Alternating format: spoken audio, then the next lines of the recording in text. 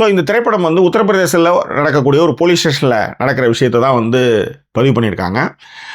லக்னோ தெருக்களில் ஷூட் பண்ண விஷயங்கள், கேண்டிட் கேமரா ஷாட்ஸு, முக்கியமாக லாட்ஜஸ்லாம் எப்படி இருக்குது, எவ்வளோ அழுக்காக அவங்க இருக்கிறாங்க, நம்மளுடைய போலீஸ் ஸ்டேஷன் இப்படி தான் இருக்குமா, நம்மளுடைய மார்ச்சுவரி ரூம்ஸ்லாம் இப்படி தான் இருக்குமா அப்படின்லாம் நீங்கள் வந்து பார்க்க ஆரம்பிக்கும் போது உங்களுக்கு அதனுடைய ரியாலிட்டி, கிரவுண்ட் ரியாலிட்டி உங்களுக்கு வந்து தெரியும். ஆனால் அதனாலே இந்த படத்தை வந்து அவங்க வந்து தடை பண்ணியிருப்பாங்கன்னு நான் நினைக்கிறேன். காரணம் என்னென்னா, ஒரு சீனு உண்மையிலே ஃபஸ்ட் கிளாஸ் சீன்.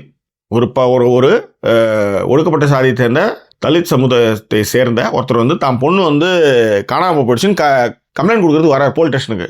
எல்லாரும் உட்காந்துருப்பாங்க. நேராக அந்த கேரக்டர் வந்ததுமே வந்து கீழே தான் உட்காரு, கீழே இப்படி குத்துக்கால் போட்டு உட்காரு.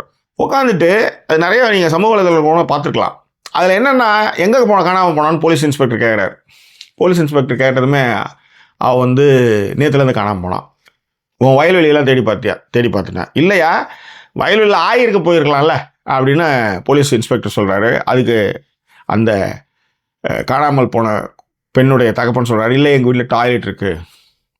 அதுக்கு போலீஸ் இன்ஸ்பெக்டர், பாருங்க டாய்லெட் இருக்குது, இவன் வீட்டுலாம் டாய்லெட் இருக்குது, ஆனால் கவர்மெண்ட் எதுவுமே செய்யலைன்னு சொல்கிறானுங்கன்னு ஒரு நக்கல் மயிராக அவன் பேசுவான் இந்த கேரக்டர். இந்த சமூக அந்த மனநிலையை தான் இந்த படம் வந்து பிச்சு உதறுது.